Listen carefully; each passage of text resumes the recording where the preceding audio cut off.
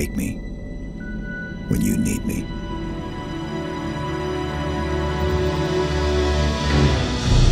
Halo has a magical feel to it that is unlike any other game. To what degree do we need to rework great work that's already been done? What do we keep?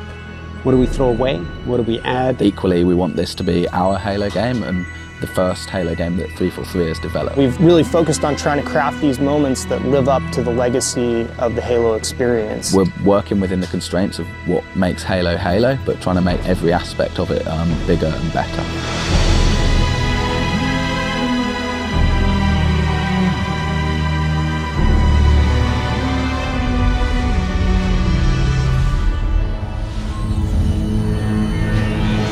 With Halo 4, we're really delving into Master Chief's humanity and exploring what makes him tick as a character. Most of the exploration that we've done of the Master Chief has been done through other media outside of the game. It's been done through comic books, through novels. We wanted to put it squarely in the video game this time. Fighting for something that is really important, where there's something very big at stake, those are themes we carry forward. One of the things that we wanted to do was really introduce a threat that is beyond anything that Master Chief has faced before. It also gives us an opportunity with that threat to add new gameplay. The backstory of the Spartans and of the Master Chief in particular promises all this hyper-athletic speed and mass and weight and power. You're supposed to be this guy in this super suit and you should feel like a superhero in it, and in order to do that we want the armor to look and feel functional. We've done everything from really looking at what should the HUD look like. It's kind of like a fighter jet HUD, and we think of it that way. As a player, you're really empowered and given a set of tools to employ in any way that you want. The fans will be really happy to hear that in Halo 4, the battle rifle's back.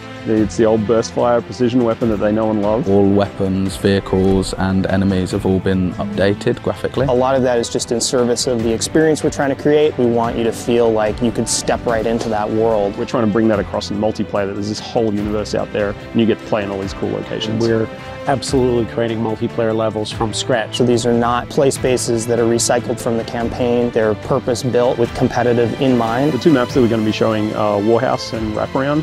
Wraparound is a looping arena type structure, lots of verticality, up and down combat. Warhouse is like an abandoned military base which has got a giant mech being constructed in the center of it. We've always had this sort of schism between multiplayer and campaign.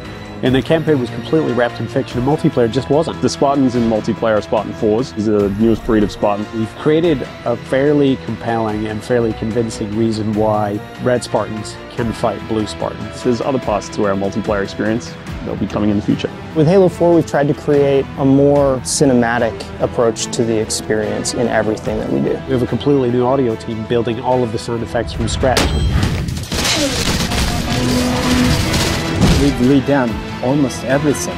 We've already recorded 100 tracks of music. Artistically, the number of assets that are going into this is way more than any other Halo game. We wanted to do so much more. You have this massive team of people who have all come together at this one point in time that focuses on every day that we have left, doing everything we can to make this game the best that it can possibly be. It's still Halo, but it has its own voice, and it's extraordinary.